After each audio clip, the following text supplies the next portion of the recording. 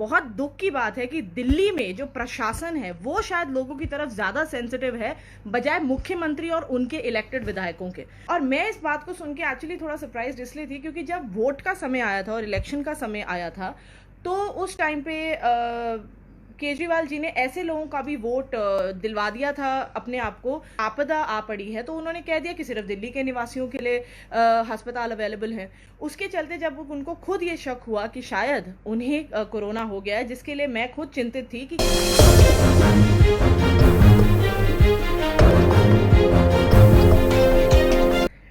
तो केजरीवाल जी ने कहा था कि दिल्ली में अस्पताल केवल और केवल दिल्ली के निवासियों के लिए यूज हो सकते हैं। सबसे पहले तो उन्होंने उसमें यह मेंशन नहीं करा कि दिल्ली के निवासियों के लिए जो वो चाहते थे कि अस्पताल एक्सक्लूसिवली यूज हो तो वो किस चीज के लिए। तो ये एक ओपन एंडेड स्टेटमेंट था, बट हाउएवर इस पे लेफ्टिनेंट गवर्नर ने ऑलरेडी एक पास कर दिया कि ऐसा नहीं होगा और दिल्ली में हर प्रकार के लोगों को इलाज मिलेगा।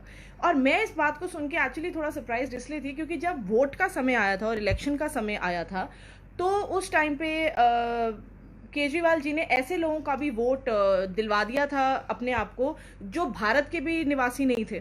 मतलब उनको जबरन दिल्ली में लाकर उनके वोट बनवा कर उनको रैन बसेरों में रुकवा कर उनके वोटर आईडी बन गए। और आज जब एक आपदा आ पड़ी है तो उन्होंने कह दिया कि सिर्फ दिल्ली के निवासियों के लिए अस्पताल अवेलेबल है। उसके चलते जब उनको खुद ये शक हुआ कि शायद उन्हें कोरोना हो गया है, जिसके लिए मैं खुद चिंतित थी कि कैसे केवल प्रेस कॉन्फ्रेंस से और प्रचार के माध्यम से कोरोना तो हो नहीं सकता, क्योंकि अभी तक इस वायरस का ऐसा तो कोई रूप हमें नहीं दिखा कि केवल प्रेस कॉन्फ्रेंस करने से वायरस हो रहा है। तो वो नेगेटिव आ गया, तो शायद उनको लगा होगा कि मैं अभी फिलहाल अपनी रिपोर्ट्स नेगेटिव निकलवा देता हूँ, क्योंकि मैंने तो खुद ही कहा है कि दिल्ली के सिर्फ दिल्ली के निवासियों का दिल्ली में इलाज होगा। तो वो तो खुद भी दिल्ली के निवासी आज सच है नहीं, आप जानते ही होंगे कि वो दिल्ली से बिलोंग नहीं करते।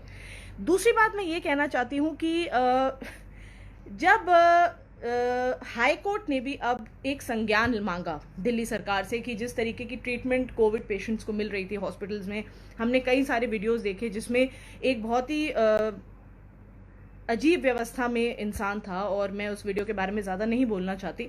और उनको हॉस्पिटल में पाया गया और कई लोग तो हॉस्पिटल पहुंच भी नहीं पाए, रास्ते में उनके साथ कुछ बुरा हो गया। तो इन लोगों के ऊपर भी दिल्ली सरकार ने कोई ऐसा जवाब अभी तक नहीं दिया। मैंने थोड़ी इस बारे में रिसर्च भी करी है, तो अगर आपको लगे कि मैं कहीं से पढ़ के बोल रही हूँ तो मैं पढ़ के नहीं बोल रही हूँ। मैंने जो खुद रिसर्च करी है, जो मेरे खुद के पॉइंट्स हैं, मैं वो ही बोल रही हूँ। मैं सबसे पहले अब एक बात आप लोगों के बीच में ये कहना चाहती हूँ कि जब भी कोई सरकार आती है, मतलब कि कोई इलेक्टेड रिप्रेजेंटेटिव आता है, तो इलेक्टेड रिप्रेजेंटेटिव का काम होता है लोगों तक पहुंचना और लोगों के इमोशंस और सेंटिमेंट्स का ध्यान रखना।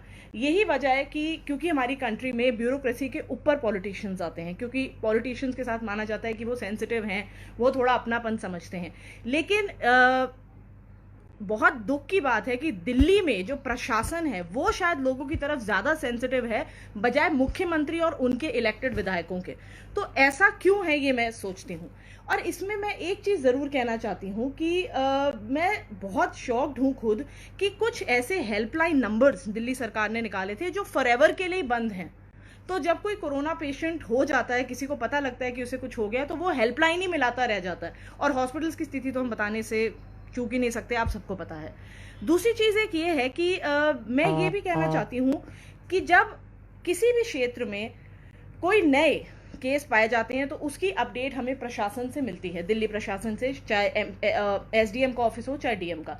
लेकिन जब वो लोग रिकवर कर जाते हैं या वो लोग ठीक हो जाते हैं तो उसका कोई डेटा प्रोवाइड नहीं होता। ऐसा क्यों?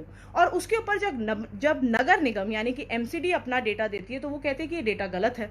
तो सही डेटा क्या है, ये दिल्ली प्रशासन हम तक पहुंचाए। अब इसके बाद मैं जो भी बोलूंगी वो मैं सिर्फ ये बोलूंगी कि किस तरीके से दिल्ली के लोगों को बेवकूफ बनाया जा रहा है। नंबर 1, जब कोई कोमॉर्बिडिटी से डेथ होती है, यानी कि अगर कोई हार्ट पेशेंट है या कोई डायलिसिस पे है, उसकी डेथ अगर कोरोना से होती है तो उसकी डेथ को कोरोना से ना दिखाया जाके उस बीमारी से दिखाया जाता है जो उसको है। मान लीजिए कि डायबिटीज से अगर किसी की डेथ हुई है लेकिन हुई कोरोना वायरस के बाद थी, तो ये कहा जाएगा कि डायबिटीज कंट्रोल में नहीं थी इसलिए उसकी डेथ हुई है। सबसे पहले एक जुमला ये है। दूसरा ये है कि मेरा एक बहुत ही जेन्युइन एडवाइस है दिल्ली सरकार को कि जब अभी रिसेंटली इलेक्शंस हुए थे स्टेट के, तो उन्होंने इतना प्रचार किया था कि हमारे स्कूल्स बन गए हैं, और स्कूल्स भी कोई ऐसे हल्के स्कूल्स नहीं थे, मतलब 25-25 लाख की लागत से एक एक कमरा बना था। तो ऑब्वियसली वो कमरे तो बड़े शानदार होंगे, तो क्यों नहीं दिल्ली सरकार और उनके विधायक ये इस बारे में सोचते कि उन स्कूल्स को फिलहाल के लिए कोविड ट्रीटमेंट सेंटर्स में कन्वर्ट किया जाए, क्योंकि उन कमरों में काफ़ी जगह है और अच्छे नंबर ऑफ पेशेंट्स वहाँ पे रखे जा सकते हैं, क्योंकि दिल्ली सरकार की जो हेल्थ सर्विस थी उसके चलते काफ़ी पेशेंट्स दिल्ली में हो रहे हैं। एक तो ये है, या फिर वो जो स्कूल्स हैं उनको केवल प्रचार के लिए ही यूज़ किया जाएगा। नंबर 2, जो मोहल्ला क्लिनिक्स है जिनके लिए कहा गया था कि एक दिल्ली की हेल्थ में रेवोल्यूशन हो गया है, रेवोल्यूशन ही आ गया है मोहल्ला क्लिनिक खोलने से, तो आज वो मोहल्ला क्लिनिक्स क्या कर रहे हैं? ऑब्वियसली डॉक्टर्स इतने पेशेंट्स को तो नहीं देख पा रहे, और मोस्टली डॉक्टर्स भी सारे ऑनलाइन सब कुछ देख रहे हैं, तो उन मोहल्ला क्लिनिक्स में 4-5 पेशेंट्स को तो रखा जा ही सकता है। चैनल को सब्सक्राइब नहीं किया है तो प्लीज़ सब्सक्राइब कीजिए और ताज़ा अपडेट पाने के लिए बेल आइकन को दबाना ना भूलें।